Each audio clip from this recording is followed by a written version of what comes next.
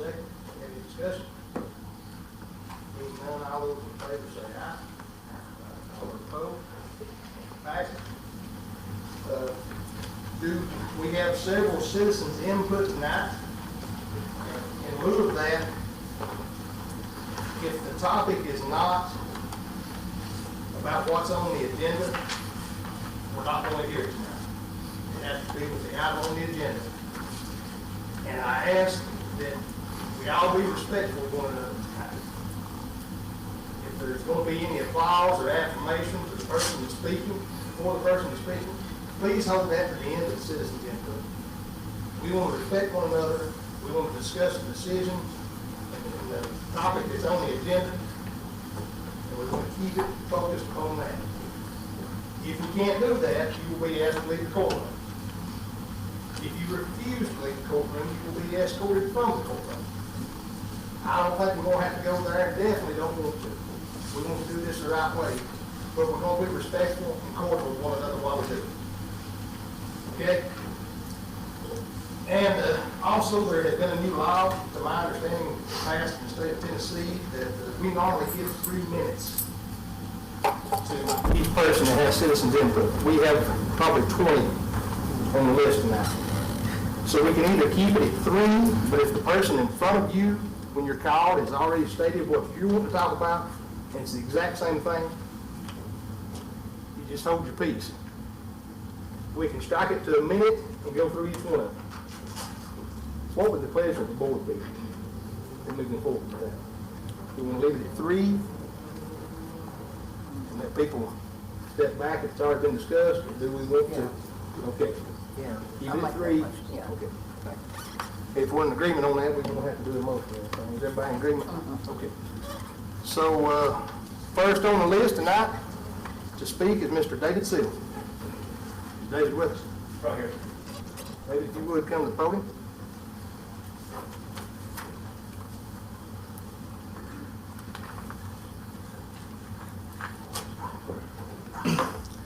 Like I say, my name is David Seals.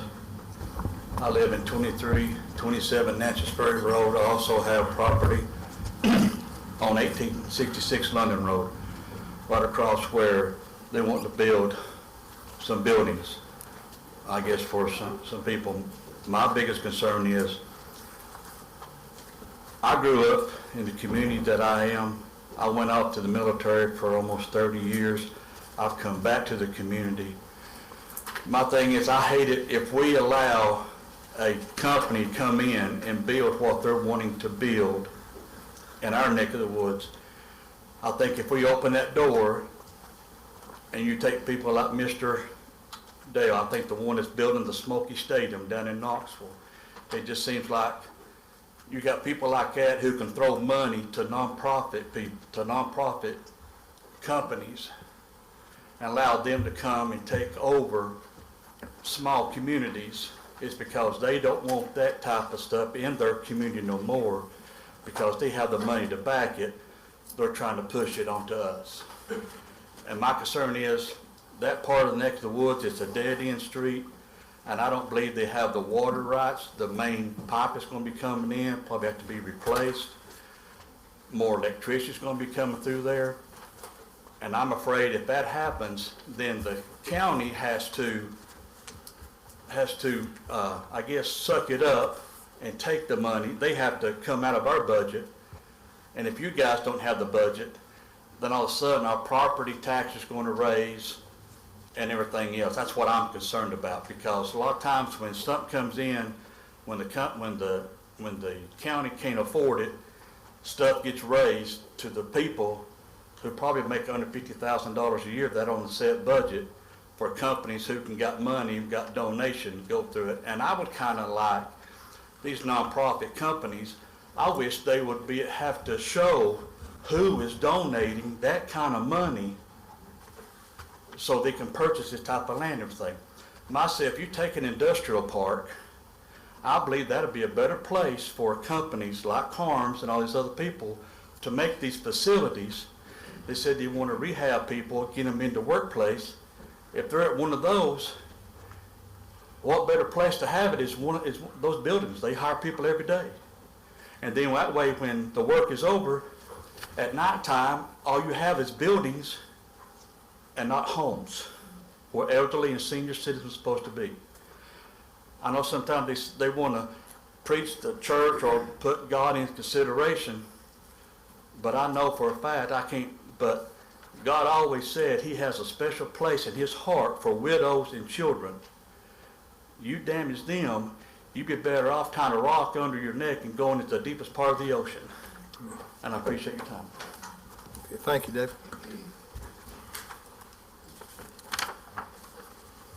Next one on the list would be Jim Fox. Is Jim with us?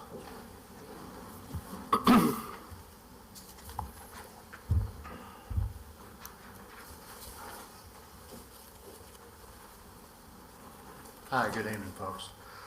Essentially, I'm just going to ask a lot of questions. I realize you're not going to answer them, but some questions that really should be asked. One is, why did they want to put this in this county? They were run out of Granger County. Two, what's the proximity to residential areas, schools, daycares, etc.? How many beds are going to be involved? And then down the road, how much expansion is going to be involved? Are they there voluntarily, or is this part of a court order or in lieu of jail time or parole? Will they be Jefferson County residents? And if not, why? Why are we going to allow out-of-county residents to come into these places? Will they be under lockdown or come and go as they please? Is it going to be fenced in? Is there going to be security? What kind of issues are going to be raised there? Access to public transportation, access to public services. What will be the criminal history of these folks that are coming in? Will any of them be gang related? What is the zoning for the location now? Is it properly zoned? According to the zoning regulations, it specifically says that methadone clinics or similar should be zoned I-1. And so why are we talking about having this as an A1? A1 just seems about the default zoning for everything versus doing some due diligence and finding the proper zoning for the businesses or whatever is coming in. What is the zoning for the surrounding area? Is it the same? If not, why? What is current success rate in doing these things? How many times has 9/11 been called on calling for their current locations? Has anyone driven down downtown Broadway in Knoxville and seen what's going on there? Do we want that here? And my understanding, this company is nonprofit. Does that mean they're not going to be paying taxes either? And so if they're not paying taxes, then we're burdened with the providing services for them and no return on our investment. And those are the questions I think should be really considered. And like I said before, the codes talk about methadone clinics being in I-1. And that's what I have. Thank you, Mr. Fox. Thank you.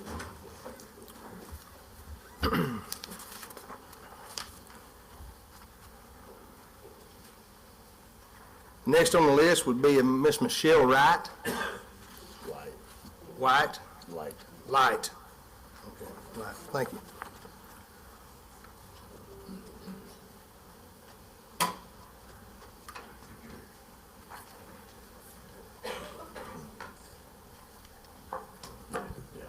Okay, thank you. Michelle at Woodbriar. Yes, ma'am. I'd like to remind this board that y'all work for the county and the county interests and not private developers. Also, we all know that we are in the middle of, the Long Range Planning Commission is about to do a survey, and based on that survey, I know that there was some discussions about revamping zoning, and I think that needs to be done before we go any further. This should be denied until zoning is revamped and there's some clear guidelines, and I agree about lumping everything into A1. There is no clear zone for a men's residential treatment program, and the proposed use for this subject property is a recovery housing facility or residential restoration program, and it's not a permitted use within the A1 zoning. I've looked over the zoning ordinances, and men's recovery facility is not listed, and so I guess this goes under, what I hear all the time is it's similar to something else. So I would ask that we work with the Long Range Planning Committee, and we do this survey, find out from the citizens of the county what we want, and then we look at if there's a place for this or not. I'll discuss more about that with the site plan on the next meeting. Thank you, Ms. Lapp.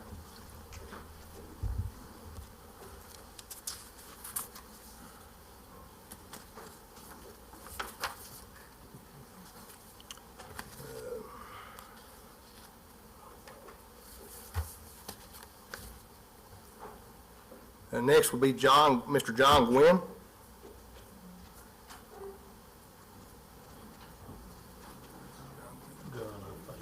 John Gunn.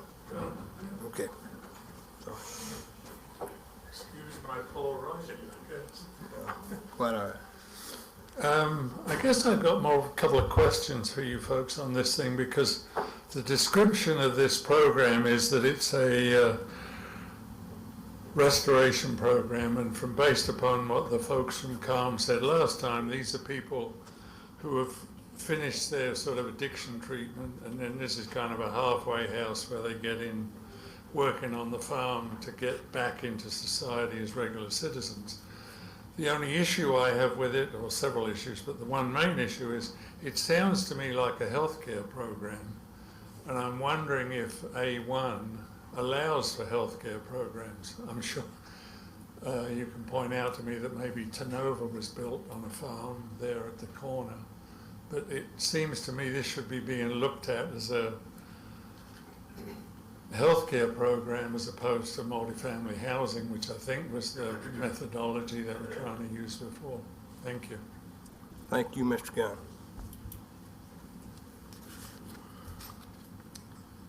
Mr. Bruce Jacobson. Okay, thank you, Mr. Jacobson.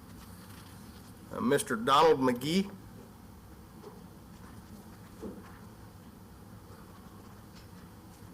I've got one question. If this is not a drug rehab, Go. I need to know that. If you don't mind, please. I'm trying to make it quick. Yeah, and if you don't mind, state your address for me, please. 963 Baker Road. Okay. If this is not a drug rehab, why are they drug testing these people? Thank you, Mr. McGee. Yes, sir.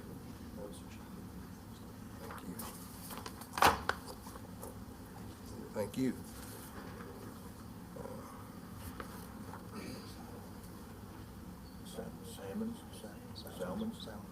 Mr. William Salmons.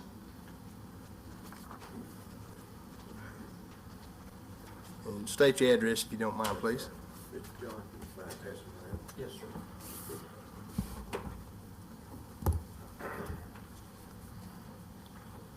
William Salmons, 1993 Riverman Circle, New Market, Tennessee. So during the meeting in May 2023, you stated that the Planning Commission needed a reason to deny the CARM proposal now in the appeal process. I have two reasons. First, housing. Please look at CARM's depiction of a duplex and/or single-family residential lodging. Sleeping space for multiple men in one open room, one bathroom to be shared, no closet, no laundry facility, a kitchenette space which could be a microwave, mini fridge, coffee maker, air fryer, toaster oven, or hot plate. What I just read to you actually was the description of a dormitory room in Brown Hall at the University of Tennessee, Knoxville, which is on the second page. CARM's duplexes and/or single-family residential lodging are in fact dormitories, not private duplexes and/or single-family lodging. Dormitory-style lodging units are not permitted in A1 zoning. Second reason, long-term residential restoration programs are not permitted in A1 zoning. The Berea program is classified as independent living, which refers to an arrangement where individuals live in their own private residences without assistance from others, and I emphasize private and assistance. Are dorm rooms private with 3 people living in an open room? No. They will be supervised by trained and experienced CARM staff who will be present on site 24/7 to offer assistance. Is this independent living, or is this long-term men's residential restoration program housing? It is in fact long-term men's residential restoration housing that is not permitted in A1 zoning. CARM has some smart staff and a smart attorney, but we have a smarter attorney, and all of you are smarter than CARM staff with regards to zoning in Jefferson County. This knowledge was evidenced by you when you saw the CARM's last presentation as being faulty and not meeting zoning requirements. You were not intimidated by 40 pages of legal papers, now 51 pages. You saw the inability to secure the facility by pointing out that residents could walk away at any time. If they are independent living, drug-free men, why do they need security in the form of CARM staff with assistance 24/7? Mr. Chairman, who's not here tonight, he stated that Jefferson County has never allowed dormitory structures in A1 zone. What has changed tonight? If you do not vote against this appeal, then you will set a precedent for other nonprofits and private businesses to establish homeless shelters with people with addiction and mental issues. This will ultimately destroy Jefferson County's beautiful agricultural-based farmlands. The next facility might be in your backyard or next to your farm. Be smarter than CARM and vote no on this appeal. Thank you. Thank you, Mr. Salmon.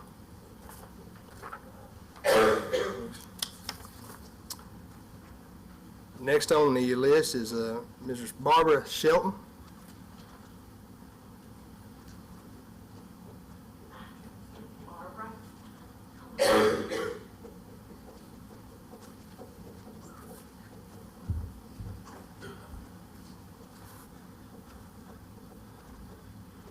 I'm Barbara C. Shelton, and I live at 1261 Lost Creek Road.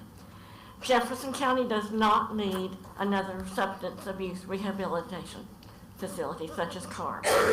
We already have one in the form of the Renovastus Farm. The facility not only has a Christian background, but it teaches the men farming. The Christian rehab not only helps the recovery of an addict, but they sell their produce through community-supported agriculture, or CSA. The men live in with the house with the sponsoring family and not in a dorm. Another opportunity, even though it's not a place of rehab, is penultimate. This provides a second chance for disadvantaged African American young men who learn woodworking as a trade so that they can succeed in their lives. CARM is attempting to set up a rehabilitation center in a remote area similar to Renovastus, but not similar. It is not similar. They claimed that in their last presentation that they wanted to establish a restaurant at the site. A restaurant, I feel, would not succeed due to the impossibility of finding and getting to the restaurant, Another claim of CARM is that the men would be transported to the facility and then transported back to the main campus in town after the rehabilitation is through. How can these men who have passed the program able to go out and find jobs? CARM has a facility for women called Serenity House. This is for women who are abused and addicted, and more importantly, they are homeless. Who is to say that CARM is planning to incorporate homeless men into the facility here at River Glen? We all know Knoxville is building a new baseball stadium near the present CARM facility, and how convenient it will be to ship them to Jefferson County. There is already evidence in Jefferson City. You can go to Walmart and find a homeless man charging his cell phone, and where you get the writing cards. I hope you, as a planning commission and zoning commission, will listen to your constituents. We, as a county, are tired of having a planning commission to not listen to our concerns and making bad decisions. Thank you. Thank you, Ms. Shelton. The next on the list is Danita McCartney.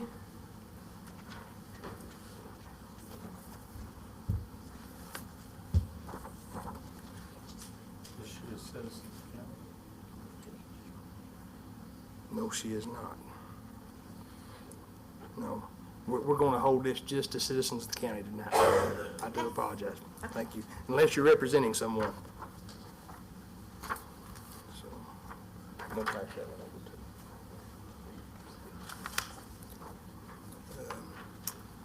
over to Mr. Pete Higgs.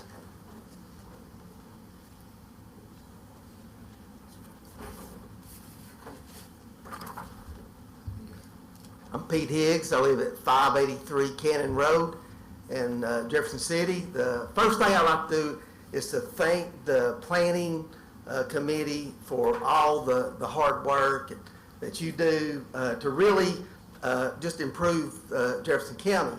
To the citizens of Jefferson County, I like to say thank you for coming out and really making Jefferson County a place that's good to live. And I'd like to thank CARM for the work that they do in helping people that really need help. There's not another organization around that does what they do to help others. I want to frame just a little bit of what I've got to say here around just a few words from Jesus. And Jesus said, "For I was hungry, and you gave me something to eat. I was thirsty, and you gave me something to drink. I was a stranger, and you invited me in. I needed clothes, and you clothed me. I was sick, and you looked after me. I was in prison, and you came to visit me."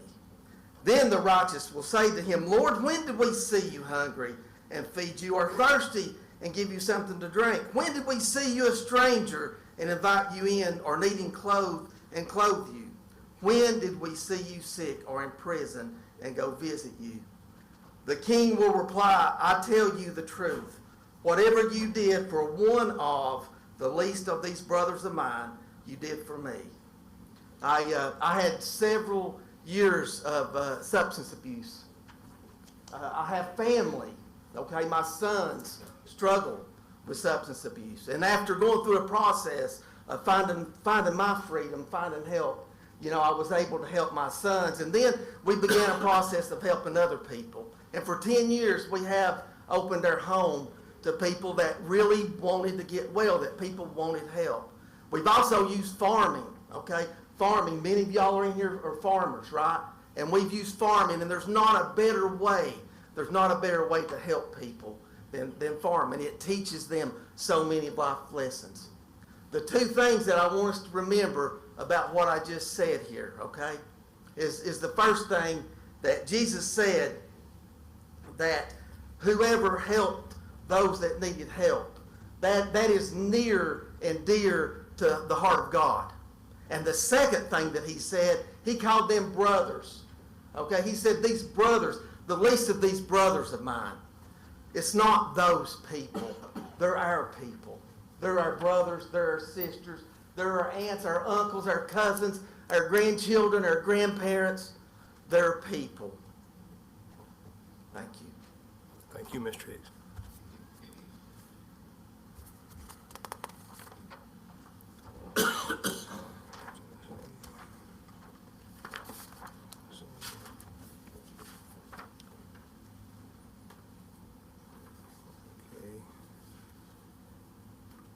Miss Casey Neary? Pass. Okay, thank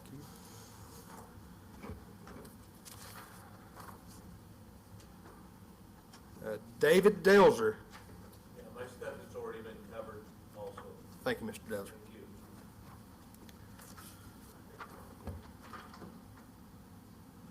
Okay, I have Miss Lisa Lane Salmons.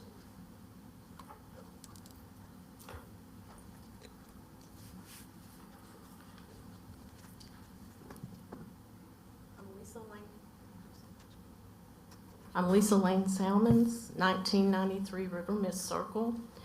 And what I wanted to talk about was a concept versus a plan. A concept is a general idea. A plan is a detailed proposal. What CARM has submitted and again resubmitted is a concept showing building sketches and a lot of legal information. What is missing is an actual detailed plan. For example, there's no actual traffic impact analysis. CARM's response to traffic concerns does not in any way address all of the heavy construction vehicles that will be utilizing narrow country roads with no shoulder. There will be continuous deliveries of building materials, which will include heavy gravel and concrete trucks, all putting a significant strain on small country roads. Also, there will be a large-scale workforce needed to perform the work, and that will add additional extra traffic. There's no mention in the plan of discussion with local service departments such as police, EMS, or fire. For example, in Tennessee public water regs, there is a requirement that if you have fire hydrants, which I assume they would have to have, you cannot install those on water mains less than 6 inches in diameter that cannot produce 500 gallons of water per minute at 20 psi. My understanding is that the line to this property is 2 inches in diameter. What is the plan on how to handle this? I would imagine that CARM would be required to address a fire in the case that one should occur for the buildings that they construct. There's also no mention of emergency service response times or any discussion with regard to plans on how they plan to handle sewer and wastewater. There are several phases involved with construction, of course, and in counties where there is stable and expandable infrastructure, these items might not be presented until later in the process. However, this concept, at best, appears to be trying to force a round peg into a square. Under number 21 of the information provided by CARM related to fair housing, there's a statement about denying a request for reasonable accommodation and how it describes when it can be allowed. It states that a denial for a group home can be acceptable if it imposes undue financial or administrative burden on the local government or alters the local government zoning scheme. It would seem that in this case, as the concept has been presented, it does not address how the strain on infrastructure will be addressed. It does not fit in the county zoning, and therefore it should be considered an undue burden. CARM has continually talked about their mission. No one's saying that they don't do good things and they want to help people. But not one thing has been offered that I have heard as a positive to the citizens of Jefferson County. For example, there's not even been any mention of job creation for the county.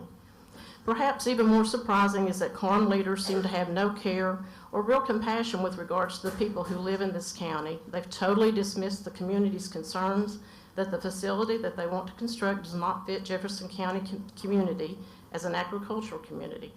It seems like it's all take and no give with regards to this plan. It's evidenced, I think, by the number of residents here tonight that the desire of the community is to deny this project, not for one reason, but for the many reasons presented, not to be forgotten, the zoning information. Thank you so much. Thank you for Ms. everything you Okay, do. that completes the forms we had filled out for citizens' input, so we'll move on down the agenda. And the only item on the agenda tonight is to hear the appeal of an aggrieved citizen on Mr. Seals' decision to allow the CARM project in A1. Mr. Seals, if you would you walk us through your decision, please? All right, I'll try to walk you through it real quick, so we can get along that probably. Mr. Mullins came in, I don't know when it was, but, and asking me about the property, and he thought it was on rural resort, which it's not. There's some across the road that is, where the nuns are down there, folks live down there. And, but I told him it's A1, and then he wanted to do a rehab center and a plan unit development. So I didn't make this decision by myself. I called our planner, then planner, who's passed away since then, David Williams, and we discussed it. And then since we have, Pete Higgs has one, and we have 2 or 3 others, and Agape before zoning, rehab centers in the county, then we come to the decision that A1, it would be allowed use in A1. Now, I don't know if we took in the scope, but anyway, that was, I wrote Ben a letter saying it was allowed in A1, and that's sort of it. And I don't have David here, of course, to back me up, but believe me, that's what happened. Okay. Thank you, Mr. Seals. Is there anyone here to represent the appeal? Would you like to step forward, please? Taylor would. Okay. I think Taylor'd actually turn one in. So. Taylor Forrester, 1111 North Shore Drive. Knoxville, Tennessee, 37919. I'm here on behalf of the Salmons, who are residents of Jefferson County, and spoke earlier to challenge or to appeal the determination of the local zoning officer as this being allowed in the A1 zone. I don't think there should be any dispute that it is not listed as a permitted use within the A1 zoning ordinance.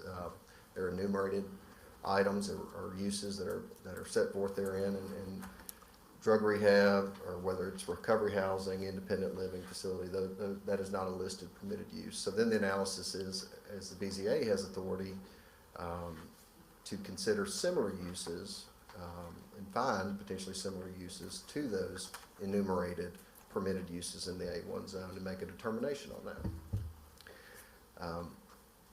We submit that not only is the underlying use not listed as permitted or something similar, CARM has proceeded with a preliminary PUD plan, and its contention is that the individual uses that it has, it's showing what they claim to be single-family units, duplex units, and a church facility that's open to the public, that since those type of uses are permitted, that this should be allowed under this proposed preliminary PUD. I think the way to start, and I addressed this in my letter that I submitted, and I don't know if that's already been incorporated into the record. If not, I'd ask that it be incorporated. We got it. Okay. We all remember. And so when you look at Jefferson County zoning ordinance, it has defined terms under Article 5. And this is very important because use is defined. And that's what we're here talking about, is use, and what is permitted and what is considered a similar use that may be permitted. Use is the purpose for which land or a structure is designed, arranged, or intended, or for which it is occupied or maintained. I submit that the key phrases there, the purpose for which the land is intended. So while CARM's proposed uses may initially seem permitted on an individual basis, when you consider them cumulative and not standalone uses, it becomes apparent that the purpose for which the land is intended is not permitted in the A1 zone. We've used the term recovery housing. CARM has objected to that interpretation. So whether it's recovery housing or group home or independent living facility, it still amounts to the same thing. When you take these standalone uses and you combine them, it becomes a new use in itself, and that use is not permitted. Tennessee case law instructs us that we're to use the plain, ordinary meaning of terms that are not defined in statutes or ordinances. So there is, we submit that there is not recovery housing defined, independent housing or living facilities defined, or group homes defined in the Jefferson County zoning ordinance. So you use the plain, ordinary, everyday meaning of those type of terms or what's being proposed. Everybody uses the internet today, so I figured the key place to start, and the easy place to start, we'll just do internet search term for recovery housing, a definition. And the first result that popped up defined it as a direct service with multiple components that provides individuals with mental and substance abuse disorders with supervised housing. Services may include case management, therapeutic activities, and peer coaching or support. Now you look at the program information that CARM has submitted. I think it's the BERA program. I may be saying that incorrectly, but that is exactly what this is. That aligns completely.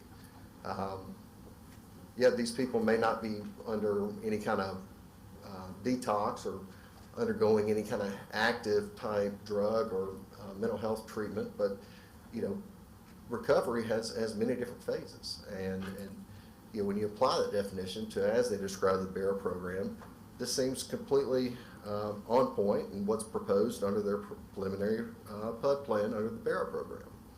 They use the term independent living arrangement. Did the same thing with that. Independent living arrangement definition on an internet search, and the results came back as defined as there were mixed results, but it was either senior living type facilities or group homes for a child at least 16 years or older that is in some form of state type custody.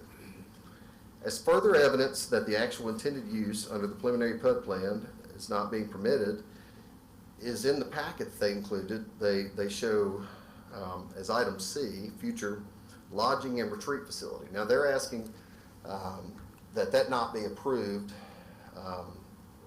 if this goes to the Planning Commission at this time.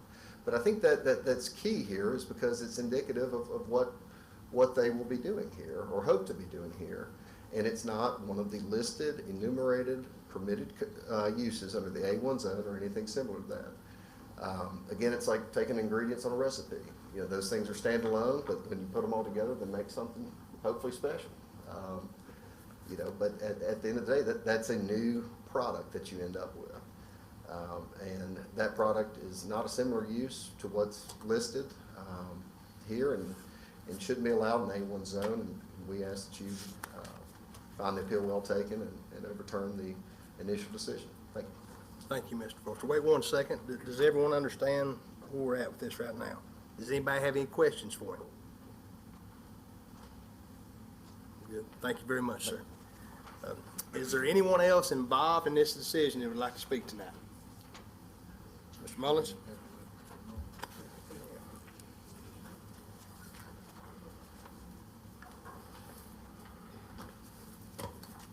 Thank you. Ben Mullins, 550 West Main Street, Knoxville, Tennessee, with the law firm of France McConnell Seymour.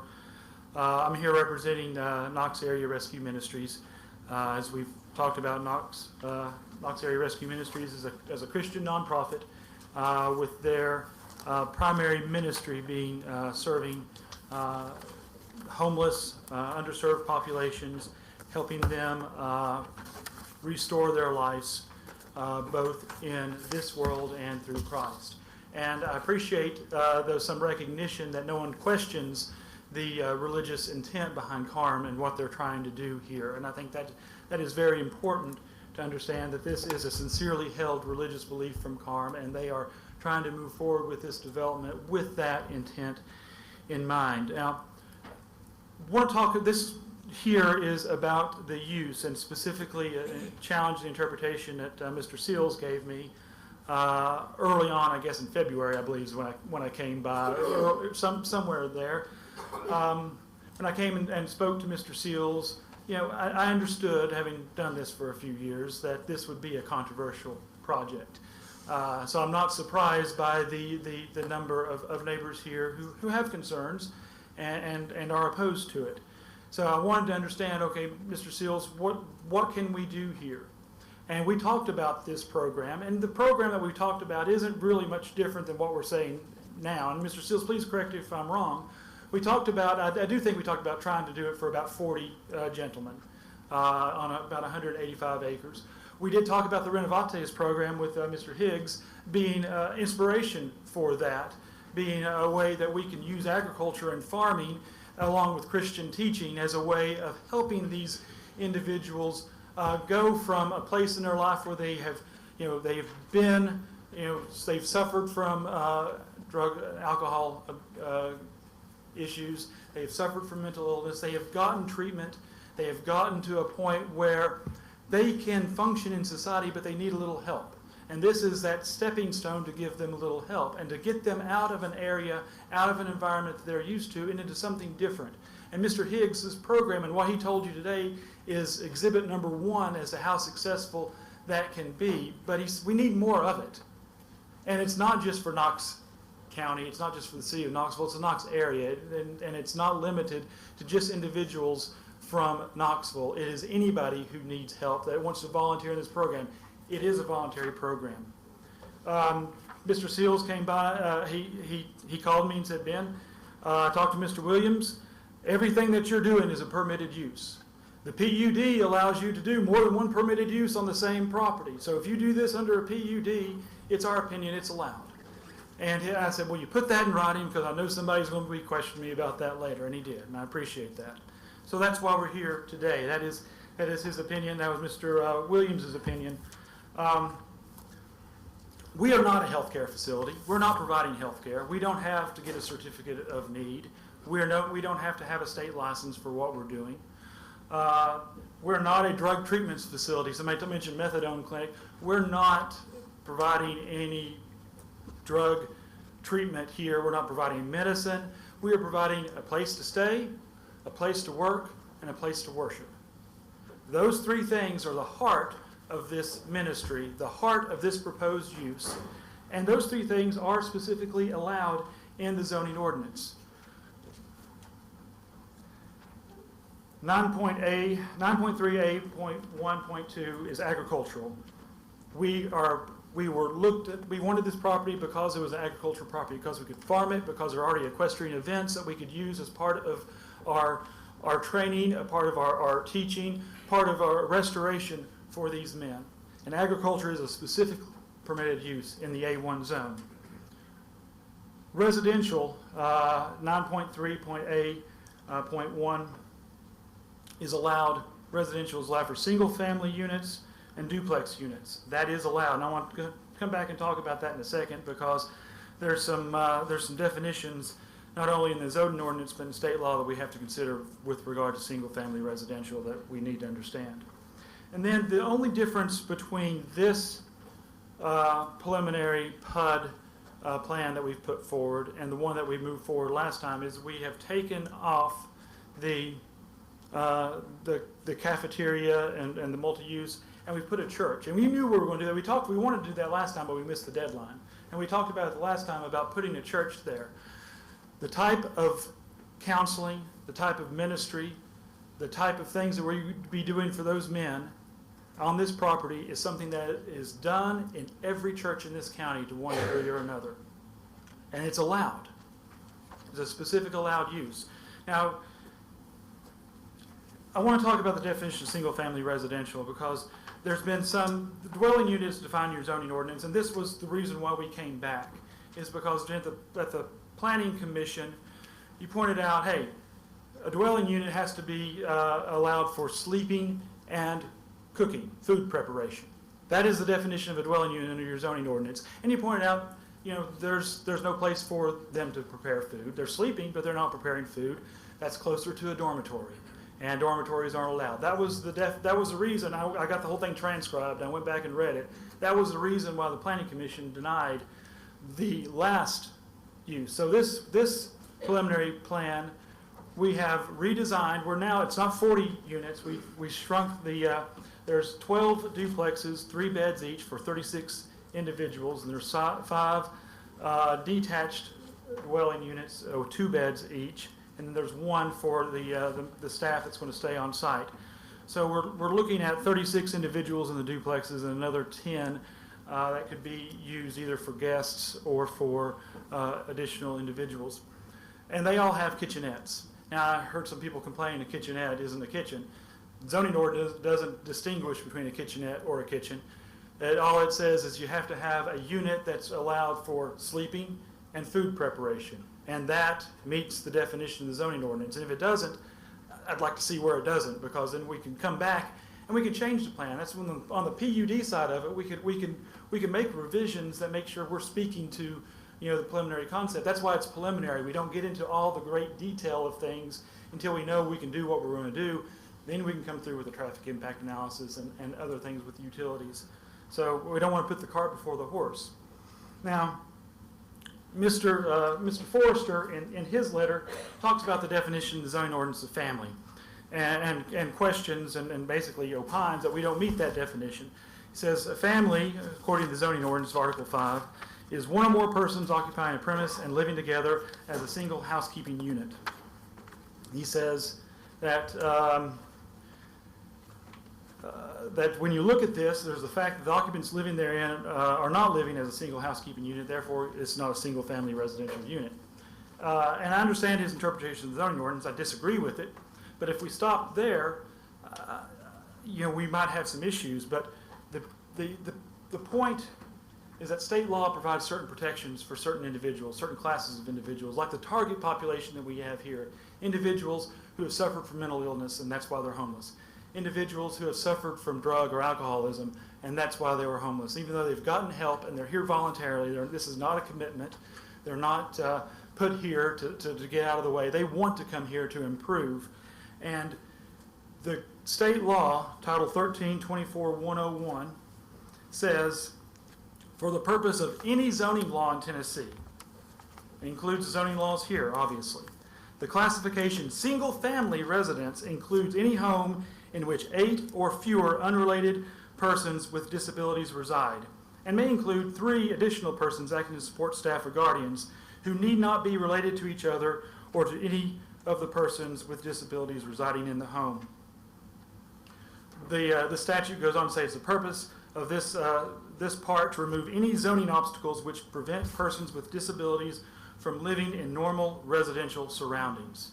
Normal residential surroundings is key because living in a normal residential surrounding helps you transition to be where you can be a person back in society, back into a contributing member of society, not in some industrial park, in a normal residential environment. State statute. State statute also says this part takes precedence over any provision in any zoning law or ordinance in Tennessee to the contrary, and goes on in the notes to say it's to be declared remedial in nature, and all provisions of this act shall be liberally construed to effectuate its purposes. Now let me be clear. The reason why everybody is standing here behind me against this is because they're afraid of the disabilities and the type of people that are going to be living here. They're afraid, they said it, they're afraid that this is going to look like downtown Knoxville going underneath Broadway, and that's the image they have in their mind. Now, we've done what we can to try to disimbue that image, but we're not going to be able to. That's what they believe, and it's sincere belief. I understand that. It's not correct, but they believe it wholeheartedly, and I don't begrudge them for that. But what we're doing may be larger in scale, but it's no different than what Mr. Higgs is doing. We're trying to take individuals who need help, your brothers, your uncles, your sons, your nephews, your fathers, and help them get back on their feet through learning agriculture, through Christian ministry, through putting a church on the property so this can be done properly through a ministry. That is allowed under the zoning ordinance. And if it's not allowed, if Mr.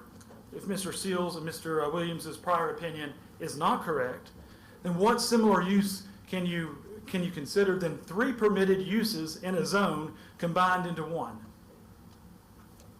Now, Mr. Taylor said it's like ingredients. Hopefully you make something special.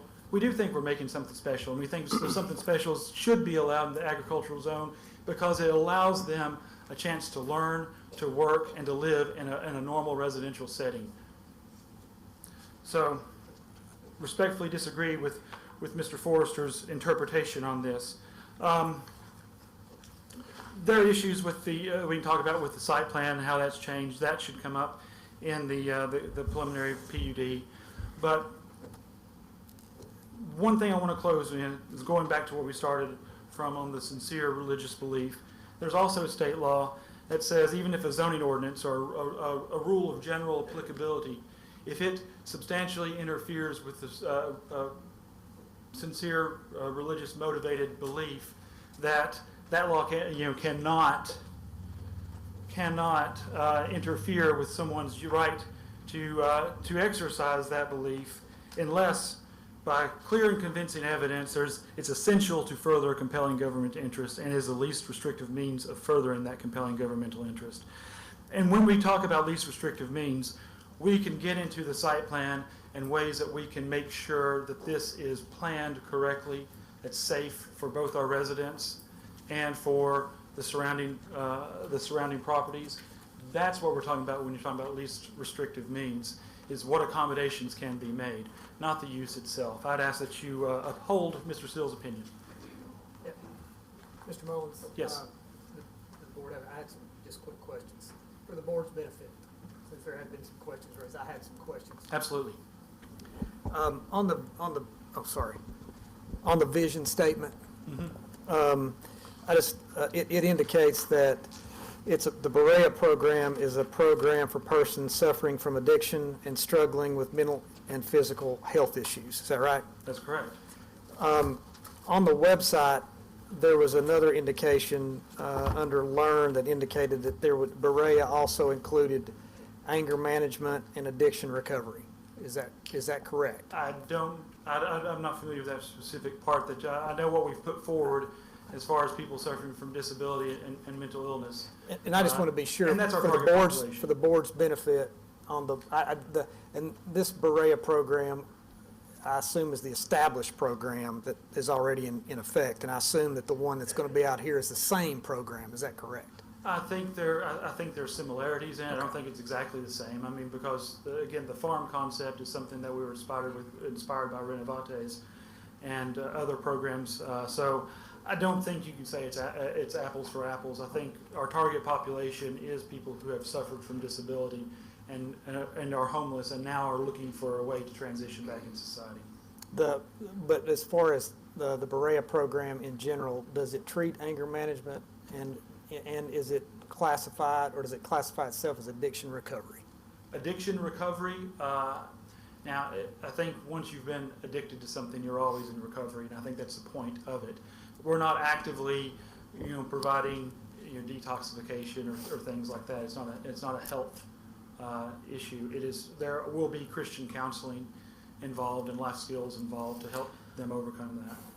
Last time you were here, I'd asked the question, and I want to be sure that the board has this information. You cited 13-24-101. Now, to be a group home, it's 8 or fewer persons with disabilities. Now, what I'd asked last time is, if that's Carm's position, what are the disabilities? And I said last time, people who have suffered from alcoholism, suffered from drug addiction, have gotten detoxification from that. But once you're an addict, you're always an addict, and everybody understands that. And so that's always going to be and I think I used the example last time, I have high cholesterol. I'm never going to get over that. I have to take medicine every day. I'm not in danger of having a heart attack, hopefully, but I have to take medicine. And so the counseling is part of helping the people with disabilities transition. And the breakdown in the Berea program, I had read somewhere that was roughly 30% addiction issues and 70% mental health issues. Is that correct? I don't know where you've gotten that from, so I couldn't comment on that. And the material said there wouldn't be any sex offenders. That's correct. Will there be former violent offenders? No. And you had indicated it was a voluntary program. That's correct. And I know it's not court ordered, but if somebody is on probation, can they voluntarily enter that program and it not be required of the court? I don't know the answer to that. You understand what I'm saying? Like if I'm on, a person could be on probation You may not be and able to not leave be the county. required by the court. The judge may not require them to do your particular program or a program, but they could still be on probation. Do you know if that's the case? I don't know if that's the case, but I assume somebody could have a criminal history. It's nonviolent. They could come to the program. They have to sign an agreement to be there, signing up for the terms like a lease. On probation or not? Or do you know? I don't know the answer to that, Doug. On the church aspect of it, now, I want to be sure I understand this too.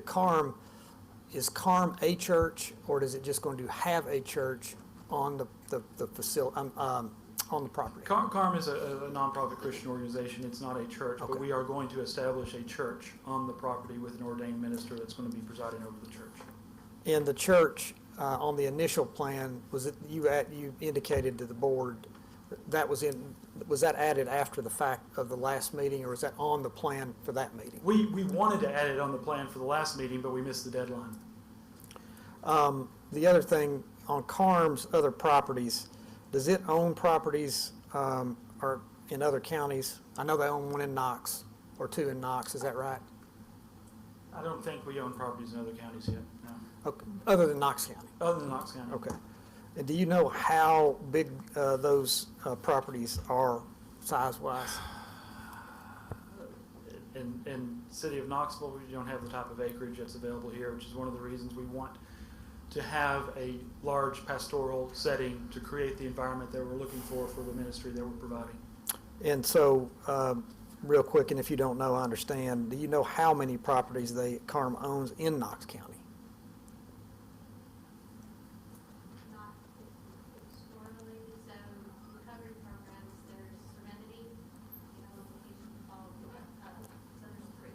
3. 3. And I'm not talking just on recovery programs either. Thank you. Just properties in general. Do they own other properties that are not used for recovery purposes? I know they have their main facility, and certainly there are others, but I don't have any. Where is that, the main facility? The principal place, The main facility is there on Broadway. right down from, is it down from Fifth Avenue? Yes.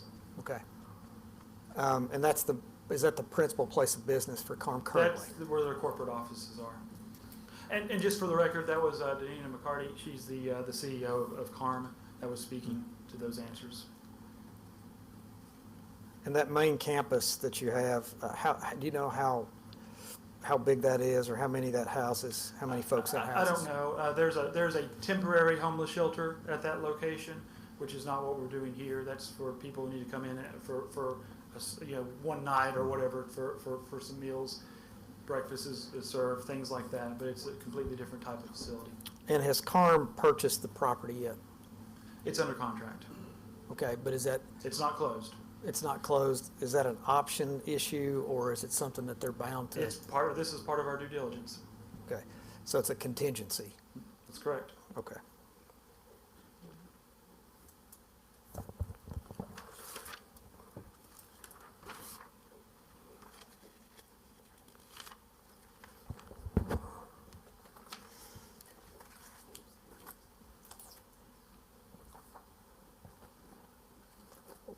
I think that's it. Thank you. Thank you. Any other questions? Well, does anybody on the board have any questions? So you're gonna build a church, Yes, sir. synagogue? It's going to be a Protestant, non-denominational church. I don't think we've settled on that. It'll be a Christian church. We're a Christian organization. It'll be a Christian church. They're gonna try to convert. We are, part of the program is Christian counseling, therapy, lessons. That's part of what we are offering to these individuals. Yes, sir. So what if they're Jewish? They left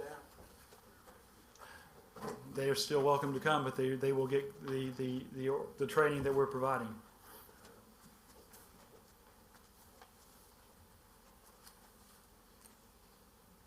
Muslims? They're welcome to come. They will sign up for the program, which includes our Christian counseling. Become great. Okay. People can benefit from the Christian counseling, from the lessons that Jesus Christ has taught, whether they believe in Him as Lord and Savior or not. Or vice versa. Or vice versa. But we're a Christian organization, and this is our sincere religious motivation to do this, and that's why we're doing it. So we're true to our colors. Any other questions? No, ma'am. No, ma'am. That part of the meeting's over.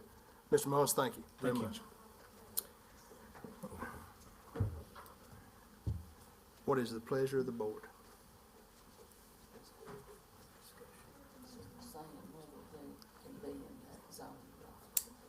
That's not on the agenda. We're not asking those questions. If they want to set it up for next month, we can do it then, but not now. The citizens' input time's over. So, what's the pleasure of the board with the item that we're?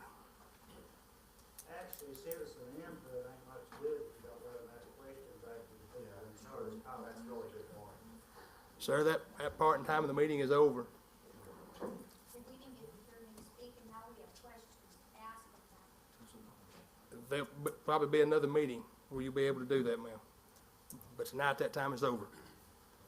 What is the pleasure of the board? If I may, you all are being asked to determine whether or not the uses being proposed here at CARM are similar use to the uses allowed in A1. Turn it on there. You all are being asked to determine whether the uses being proposed here for this facility are similar to the uses allowed, similar or explicitly permitted already to the uses allowed in A1. This is the A1 zone. You've heard from everybody and heard both sides and citizen comments and everything else. So you have to determine whether this, you think, according to the zoning ordinance and what they're proposing to do, whether this is allowed in A1 based on the text of the zoning ordinance, and if a use is not explicitly listed in there, is it similar to what is?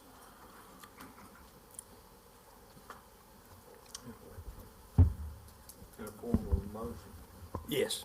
Yeah. I make a motion it's not allowed, and it's similar, I also think it's similar to, Okay, as presented as a question here on the agenda. okay. Pete, do you mind? I make a motion that it's not allowed. It's not similar to anything here. Yeah. Put on a little bit closer, they can't hear you right there. I make a motion it's not allowed in the A1 zone as written here. Okay. So we have a proper motion, do we have a second? I'll second. Okay, proper motion and second, is there any discussion? All those in favor say aye. All those opposed? Motion passes. With that being the only item on the agenda, I'll entertain a motion to adjourn. Motion to adjourn. Second. All those in favor?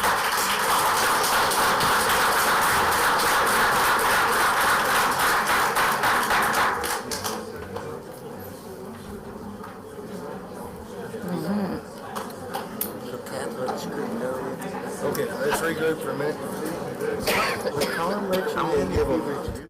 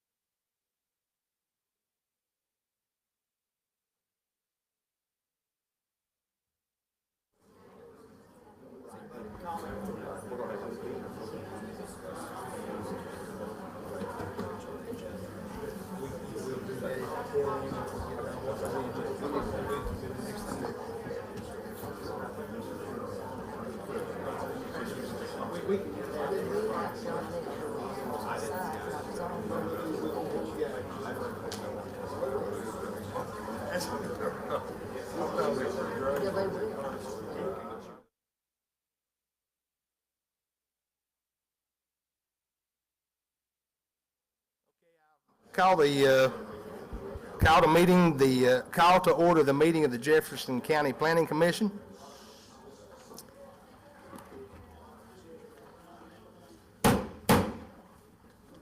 Hey, you're more than welcome to continue your conversations outside.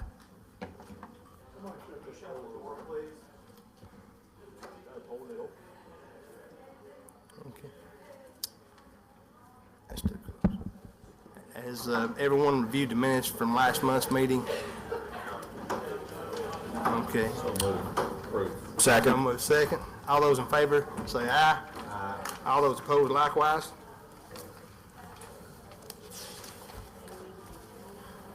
We have any citizens' input for the Planning Commission? You want me to check the table? If you would like, please.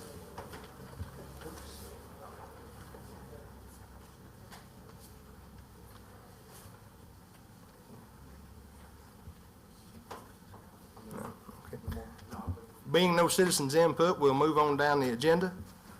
And next will be new business. There was a preliminary site plan for Carm at River Glen on the agenda, but being since that has been struck down by the Board of Zoning Appeals, we will entertain a motion. Mr. Chairman, I'd like to make a motion, and there again, I appreciate Lawyer Mullins sending this big package again, but based on what's in his package, by their own words, he says that this is an ongoing restoration and recovery. That's what it's for, create affordable housing, and based on that verbiage, the BZA struck down that it's not allowed in A1. So based on that, I move to deny this parcel. Okay, Or deny this plan. Deny this plan. We have a proper motion. Second. We have a second on that. Is there any discussion? All those in favor say aye. Aye. All those opposed? Motion passes. Next up, discussion of the land use plan, possible rezoning of Jefferson County. This is not quite ready. I talked to the map person at our office, Emily Craig. She said she's about 90% done. I think we have one parcel where we're not finished yet. So we're on the last, so hopefully next month this will be done. We'll have a digitized zoning map and be able to show you all existing land use with zoning, and then we can have discussion on what should be rezoned or whatever we want to do at that time. So it's going to be layer. Hopefully it's a big map, you know what I'm saying, because it's the whole county, so hopefully we can make it legible where you can see, there's probably be some obvious low-hanging fruit type stuff that should be rezoned. And then, have discussion of we should be able to get, Emily's pretty good. If it can be done, she'll do it. So I think we're going to be able to, we'll have to lay it out here and take a look. That parcel isn't able to see now, it's proposed. Yeah. Yeah. Okay. Do we have I'd make a motion to postpone. Okay, we got a proper motion to have a second. Is there any discussion? To postpone until the map is available. Okay. Proper motion, do we have a second? Second. Second, any discussion? All those in favor say aye. Aye. All those opposed? Okay, Mr. Brooks brought to my attention tonight, this is one item that is not on the agenda we'd like to discuss, and want to get the consensus of the board, and what your thoughts would be about us opening our meetings with a prayer and a pledge. I will second that motion. Motion's been made and seconded. We have any discussion?